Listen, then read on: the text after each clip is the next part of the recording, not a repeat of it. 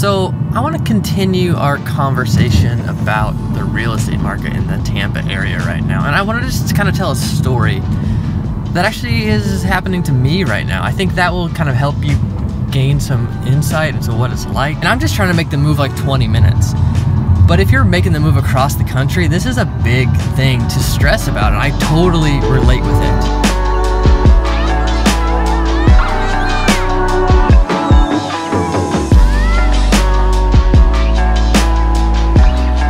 Thanks for coming by the Living in Tampa channel. Every single week we make videos about what it's like to live and move to the Tampa area. Right now I'm on my way to pick up a friend in Dunedin, and then we are going to St. Pete to have lunch at this new Asian fusion place called Mangosteen. And you know, during the pandemic everybody ate out a lot less, so I'm kind of excited to go eat out at a fun place for lunch, and I'll let you know how it is. It's right down in like downtown St. Pete, Central Avenue, kind of the strip with all the good restaurants. I'll let you know. But I wanted to, while I'm driving, talk a little bit about the market. So as I mentioned in other videos, we would love to move to an area, to a house with more land around the house. And we really like about an acre. But we also have this dilemma of we don't want to be too far from family. We want everything. Of course, everybody wants it just perfect, just the way they want, and we're struggling to make certain compromises. So we found this house over the weekend in Odessa, and the address is Odessa, but technically it's in Keystone, like Hillsborough County, not Odessa, which is in Pasco County. These addresses overlap in really confusing ways. But here's the property right here, and this is kind of right in between everything for us. It's a really cool area right here off of Boy Scout Road. And this is kind of dreamy. But we realized this would be like some major compromises. And the main compromises here are size and price. So this is a little bit smaller than our current house. Our current house is a little over 1,800 square feet. This one is 1,440 with this other kind of workshop that I would probably insulate and like make an office and that kind of thing. But it's on a full acre and it backs up to this like open space. So those are like pretty amazing qualities. So then we find ourselves in this dilemma of, okay, do we sell our house and buy this? I think we could sell ours for about $420 and then buy this for $575. That's a little more than I wanted to spend. And I find myself in this predicament of, okay, do I spend a little bit more than I want to? Do I sell while it's high and buy while it's high? I don't really like that. And so I've just suddenly found myself relating to a lot of you that are thinking about making the move right now. And I'm just trying to make the move like 20 minutes. But if you're making the move across the country, this is a big thing to stress about, and I totally relate with it. I was actually talking to someone, her name's Megan. Megan, if you're watching this, thanks for calling yesterday. She's moving down here with her daughter and son-in-law and their 2 kids. Single grandma, just trying to pay cash for a place so she can settle in and embrace the Florida life. And she wants to spend about $260. And she's pretty flexible on some things. And I told her, like, I just don't know if $260 is enough to get it done here right now. And maybe it is if we compromise on like move-in ready, but maybe you don't want to make those compromises. And I just found myself recommending that, hey, maybe it's not right for you right now. Let's try, but I just want to preface this with maybe it's too expensive right now. So anyway, she's gonna come down this weekend and connect with Ben, one of our agents, and maybe look at a few places and see if the timing is right, and to see if she can get all she wants. Another thing that would make the move sad for me is my house right now I purchased at like record low interest rates.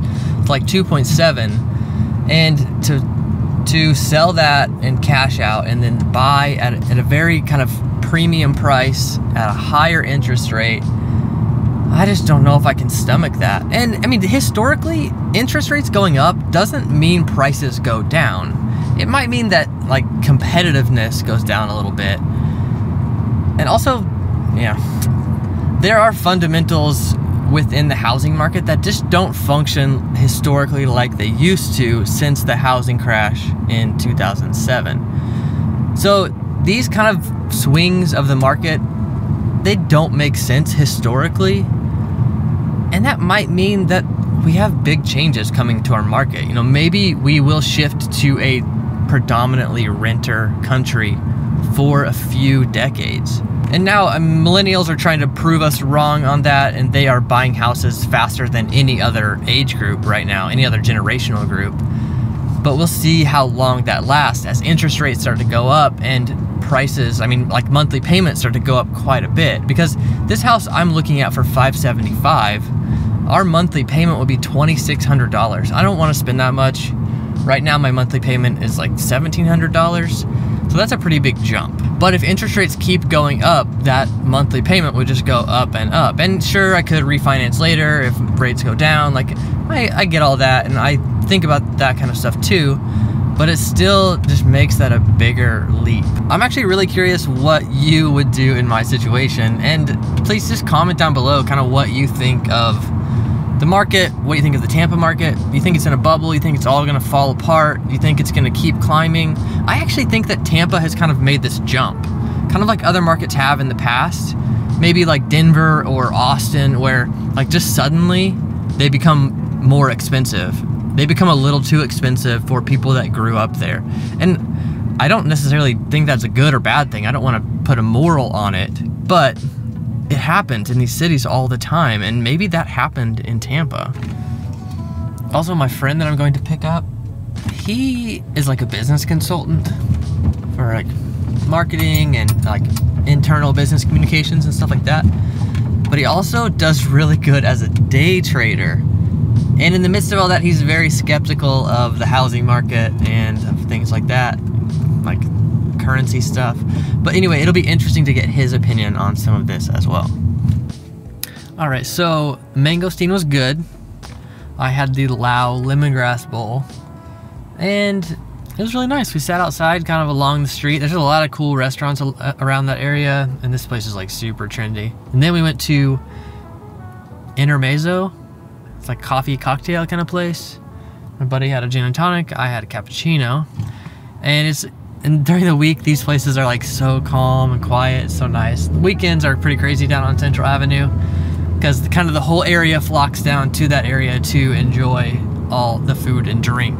My buddy's opinion about my house problem was kind of interesting. He wasn't as cynical as I expected him to be. He also feels very confident that interest rates will come down again. That would make a big difference to me. If prices were even like what they are, but interest rates were back down closer to 3%, I would feel quite a bit more comfortable. And I mean, not everybody's in that position, so I get that, but that's kind of a big metric that adjusts the monthly payment for me. And maybe I'm just spoiled with such a low interest rate on my place right now, like that's possible too. But thinking back to this house that we are kind of interested in, I really do like it. This area is kind of ideal for us. Kind of proximity to family, proximity to the water, proximity to the city. The cost is just a little high. So we'll see if we can line up a buyer for our house. I'm kind of trying to sell it in an unconventional way where we sell it privately and then rent it back from the buyers for a little bit, just to kind of give ourselves time to find a place. If this place was still available, then we would probably jump on that. I doubt it would be available by the time we lined all those things up, which that is a big obstacle, just lining all this stuff up, especially if you're moving across the country. That is kind of wild. So I know I've done that before. I just feel like it was long enough ago. It was only 2 years ago, but it feels long enough ago that I kind of forget how hard it was. I think my wife, both times she's had a baby, is like the pain and struggle wears off of her psyche so fast that she's like already ready to get pregnant again. I don't necessarily relate with that, but I think that kind of thing happens in every area of our lives where we go through something hard and it seems really hard, and then in not too long we're ready to go for it again. You know, I think as humans we're built to try hard things, and sometimes moving across the country is one of those hard things. If you do need to connect with a local down here, you need to talk to a realtor. We have a team here in the Tampa area. We would love to help you, love to answer any of your questions and help you understand the area and help you decide if it's the right fit for you right now, because maybe it's not, but maybe it is. Give us a call anytime, or email or text. We respond to all of those. And as always, thanks for coming by the Living in Tampa channel. See you soon.